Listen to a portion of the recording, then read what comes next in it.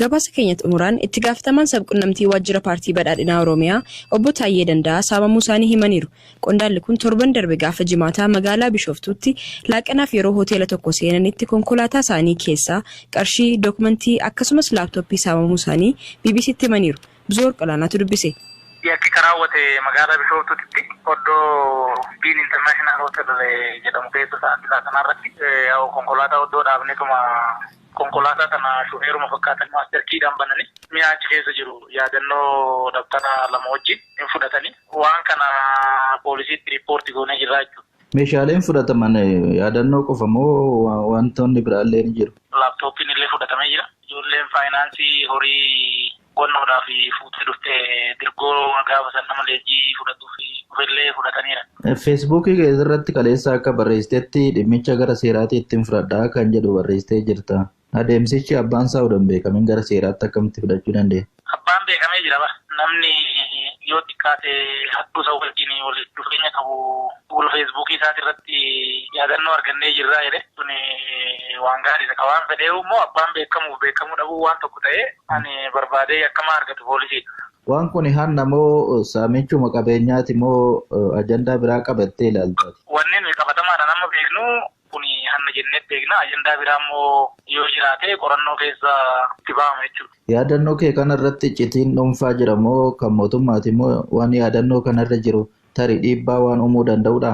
Bakki yaadannoo irra wanni iccitii jedhan hin jiru. Wanni guddaan laallamuu iyyuu hin danda'asu rakkoon hin jiru. Hattuun baga argame malee wanni karaa sanii nama yaaddessu hin jiru. Wanni guddaan bara kana keessa namni hanatu caalaa hate jedhee hoggaa geeraroo dhageechuu xiqqoo garaatii nyaata malee rakkoon qabu. Namni feesbuukii isaa irratti barreesse kun eenyu? Darajjee Beegiti. Hariiroo qabdu isa faana moo yaadaan wal-dhabdee qabdu moo waan kana akkamitti barreessuu dandeettee addaati? Laakki homaa hariiroo wayiituun qabu inni hannuma san keessa waan harka qabuu fi yookaan ofumaa achisiisee yookaan immoo attuusanii wal beeka.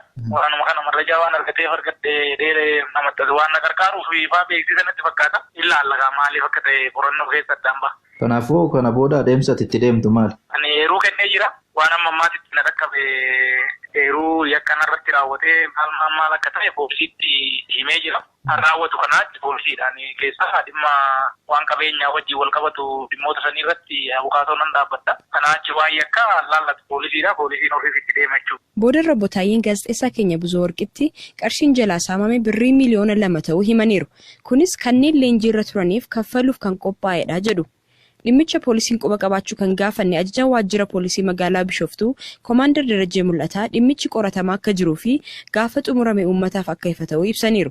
Dhimmuma kanarratti namni obbo Taayyee Danda'an maqaa dhahanii himatan Injiinar Darajjee Beegii gaafanneerra. Deebii isaaniin dhimmicha quba hin qabu jedhu. Namni keessaa naa ergan infoormeeshinii tokkotti maxxanfamee waan san caala waan jedhee hin qabu. Waan namni karaa keessaa naa kenne inbox jedhee maxxansa. Yoo kana jiraatanis inbox jedha. Ofinnaan karaa keessaatiin waan dhufee jedhee addaanis baafattee waan hin beeku hin jiru. Baay'ee waan ijaatti waan hin beeku hin jiru jechuudha. Akkam yeroo kamiyyuu infoormeeshinii namni keessaa yoo ergu maxxansu kan maxxanse malee waan Taayyeen odeessu kana quban qabu ta'uu isaatis hin beeku ani Taayyeedhaan isa arginu hin beeknu. Saamuu Taayyeedis waa'ee Taayyeedis quban qabu ani walumaa galmatti. Akka ta'e himama yeroo aangootti dhufu Sudaan kaabaa fi kibbaa gidduu waraanni waliin waggoota 21f gaggeeffamaa ture.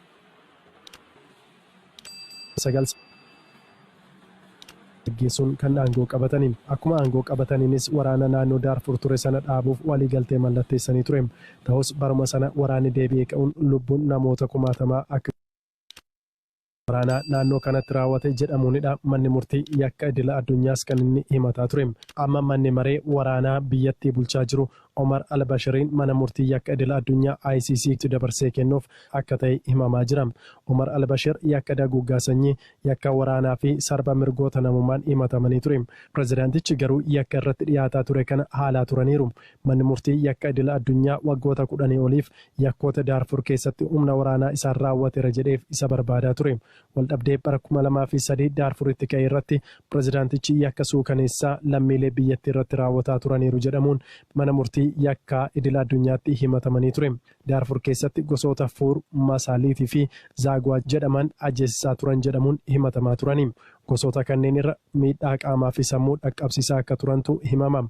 Gamtaan Afrikaa kanaan dura mana murtii kanatti dabarfamanii akka hin kennamne ibsaa tureera. Omar Albashir warraaqsaa fi fincila uummataa biyyattiitti bara 2019 keessa ka'een aangoorraa kaafamaniiru. Ji'a muddee darbe keessa immoo yakka malaamaltummaan himatamanii hidhaan waggaa 2 irratti murtaa'eera.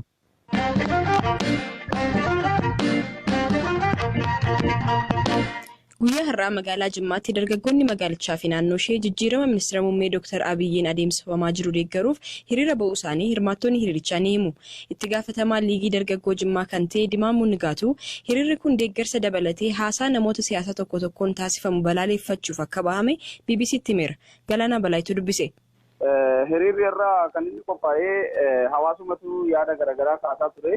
Deeggarsa jijjiirama kana itti fufsiisuu qabnaa garaagarummaa yaadaatii fi Oromoon kutaadhaan qoqqoodamee arrabsamuu qabsaa'ota Oromoo warri gareen qoqqoodanii fi maqaa duudhaa fi aadaa Oromoo biratti jechoota fudhatama hin qabne sadarkaa garaagaraatti waltajjii uumuudhaan hawaasa keenya burjaajii keessa galchan tokko firoomsaa tokko alagoomsan kana ofirraa faccifachuu qabna yaadota akkasiin mormina jijjiirama kana waliin teessisuu qabna waan jedhu irratti giddu galeessa godhateeti hawaasni bahee kan yaada taasisaatu.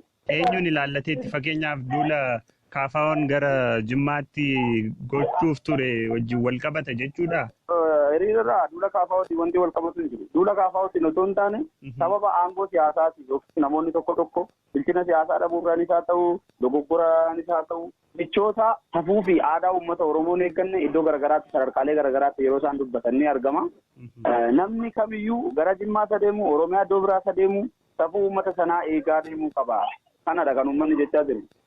Amma yaadni naan jettu kun yaada Obbo Jawaar Mohaammed waltajjii tokko irratti dubbatee ture wajjin waan wal qabatu natti fakkaata. Jawaaris marsaalee garaagaraa jechoota duudhaa Oromootiin baalaansii Oromoon hammataadha. Oromoon kutaa waliin qoqqoodu. Otoo jennuu namoota tokko kaleessa deeggarii har'a immoo deeggariin sababa garaagaraatiin sababa aangoo siyaasaa barbaadutiin hawaasa mandaraan waamuudhaan ebeluun achirraa dhufe waan ta'eef ebeluun akkasii jedhanii maqaa waamanii arrabsuun waan safuu Oromoo biratti fudhatama hin qabnee fi miizana kaasuu hin dandeenyedha waan ta'eef kana ni balaaleffannaadha uummanni kan inni jechaa jiru. Eenyuun haa ta'u garaagarummaa yaadaa warra uuman kana hunda isaaniiyyuu ni balaaleffannaadha inni guddaan. Dabalataanis haasaan namootni hiriira ba'an durgoo fudhataniiti jedhamu tasumaan sobadha jechuun Dimaamuun dubbateera. Jiraata magaalaa Jimmaa kan ta'e dargaggoo Ahmed Abbaa Maccaa gaaffiin jiraattota Jimmaa namootni siyaasaa Oromoo quba walitti qabu haa dhiisanii kan jedhudha jedha. Waltajjii argatan hiriirratti jechuudha.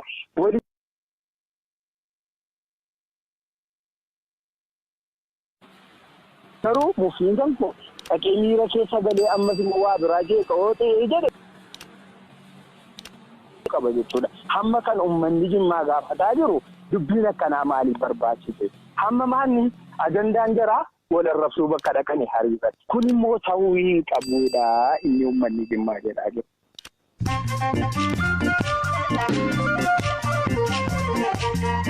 BBC Afaan Oromooti kan hordofaa jirtanii amma immoo oduu gaggabaabaan isinitti hima ani Hirphaa Gammachuu ta'e. Dhukkuba kooroonaa vaayirasii ilaalchisuudhaan eeruuwwan 39 isaan bira ga'uu fi isaan keessaa 14 mallattoon irratti argamee qoratamanii vaayirasicharraa bilisa ta'uu Inistitiyuutiin Eegumsa Fayyaa Hawaasaa Itoophiyaa beeksise. Sanbata darbirraa eegalee biyyuma keessaa qorannoo gaggeessaa akka jiru ibseera. Oduu wal fakkaatuun daandiin qilleensaa Itoophiyaa xiyyaarota gara Chaayinaa fi biyyoota kaan vaayirasichaan hubamanitti imalan dhukkubicharraa bilisa gochuudhaafis keemikaala biifaa akka jiru beeksiseera. Dhimma laga Abbaayyaa irratti hanga yoonaa sanadni biyyoota kana waliigalteerra geessu akka hin qophoofne Ameerikaatti ambaasaaddarri Itoophiyaa obbo Fitsum Araggaa ibsan. Mariin kunis isa torban lamaan dura taasifame irratti kan itti fufee fi jaarsummaa baankii addunyaa fi Ameerikaan kan taasifamudha. Manni maree bakka bu'oota uummataa Itoophiyaa gaafa kamisaa walgahii ariifachiisaa waame dhimma marii irratti mari'atee raggaasisu keessaas labsiin haasaa jibbinsaa fi excise taxes ni eeramu jedhameera. Soomaaliyaan namoota lama daa'ima umurii ganna 12 gudeedanii fi ajjeesan har'a du'aan adabde. Aishaa Eeliyaas onkololeessa darbee ture Puuntlaand keessatti butamtee gochi akkanaa kan irratti raawwate yeroos dubbichi hawaasa biyyattii dheekkamsiiseera jedhameera. Awwaalchi pirezidaantii duraanii Keeniyaa Daani'eel Arap Moo'ee guyyaa har'aa bakka dhaloota isaaniitti raawwate. Duun isaanii torban darbee kan dhaga'ame yommuu ta'u Sagantaa irraa irrattis pirezidaantiin Itoophiyaa dabalatee kaanis argamaniiru jedhameera. Oduun sa'aatii kanaaf qabadhe isaan kana turan.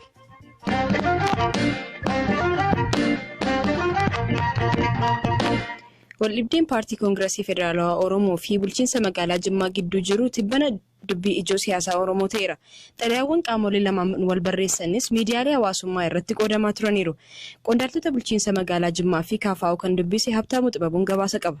Hariiroon qaamolee mootummaa godina Jimmaa fi magaala Jimmaa waliin qabu yeroo keessa hammaachaa akka dhufe kan beeksise paartiin Koongireesii Federaalawaa Oromoo sagantaa magaala Jimmaatti har'atti karoorfatee ture fuulduratti dabarseera. Dhiibbaa hamaatu nurratti adeemsifamaa jira. Miseensonni fi deeggartoonni keenyas hidhamaa fi doorsifamaa jiru jechuun BBCtti kan himan godina Jimmaatti bakka bu'aan KFO obbo Umar Xaahir yaaddoo fi sodaa keessa akka jiran dubbatu.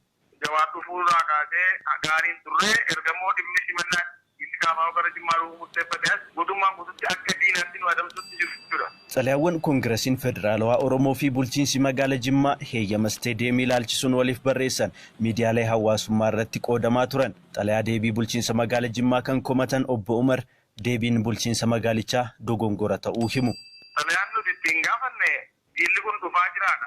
Uummata dubbisuu dhufaa jiraadha. Isaan immoo dura dhaqnaatii jedhaniiti istaadiyeemiin heeyyamnu jedhanii jechuudha. Dhimmi dheengadda uumame icciitiin keessa isaa jiru waan ani jedhe malee waan isin jettan hin dhageenyu kan jedhudha jechuun BBCtti kan himan immoo kantiibaa bulchiinsa magaala Jimmaa obbo Makkiyyuu Mahammadi. Bu'uura irratti duulana filadhaadha wantichi. Laalaa jirta baay'ee godinaalee adda addaa keessatti wanti gaggeeffamaa jiru. Wal baruudha moo duulana filadhaatu gaggeeffamaa jiru kan lafa jiru. Kanarraa kaasee duulina filadhaa sagantaan hin eeyyamamne kan jiru san kan nuti jala sararreetti isa kanarraa kaanee jechuudha. Dabalataan dhimmi nageenyaa heeyyamamuu dhiisuu isteediyeemiif sababa isa biraa akka ta'e BBCtti kan himan kantiibichi dhimma nageenyaa giddugaleessa gochuun saganticha guyyaa biraatti dabarsuu akka qaban dhuunfaadhaanis itti himaa turre jedhan. Waldhabdee Koongireesii Federaalawaa Oromoo fi bulchiinsa magaala Jimmaa ilaalchisuun ogeessi seeraa haasofsiisne obbo Ibsaa Gammadaa bulchiinsi magaala Jimmaa sagantaa duulana filadhaa boordii filannoo biyyaalessaa akka sababaatti eeruun KFOf isteediyeemii heeyyamuu dhiisuun isaa bu'uura seeraa hin qabu jechuun himan. Paartiin siyaasaa tokko yeroo kamittuu uummata wajjin walgahii gaggeessuu ni danda'a. Duulana filadhaa jedhamee kan boordii filannoodhaan beekamee ibsamee jiru suni kan qabeenya mootummaa bifa walqixa ta'ee fi sirnaaf seera qabuun ittiin fayyadaman jechuudha malee sanaan alatti paartiin of danda'ee hin socho'u jechuu miti. Obbo Ndaalkaachoo Warqus ogeessa seeraa haasofsiisnedha. Duulina filadhaa seera qabeessa ta'ee yaade kan adeemsifamu yeroo boordiin filannoo kaa'e keessatti jechaadha. Waldhibdee Koongireesii Federaalawaa Oromoo fi bulchiinsa magaala Jimmaa kana ilaalchisuun yaada boordii filannoo biyyaalessaa Itoophiyaa argachuuf yaallus hin milkoofne. Dhaggeeffattoota keenya sagantaa keenya kanumaan xumurreerra. Saganticha kan qopheesse ammayyuu taanaa kan siniif dhiyeesse immoo ana Firaafoolii Dhugaasaadha. Sagantaa biraan boru walitti deebinaa halkan gaarii siniif haa ta'u.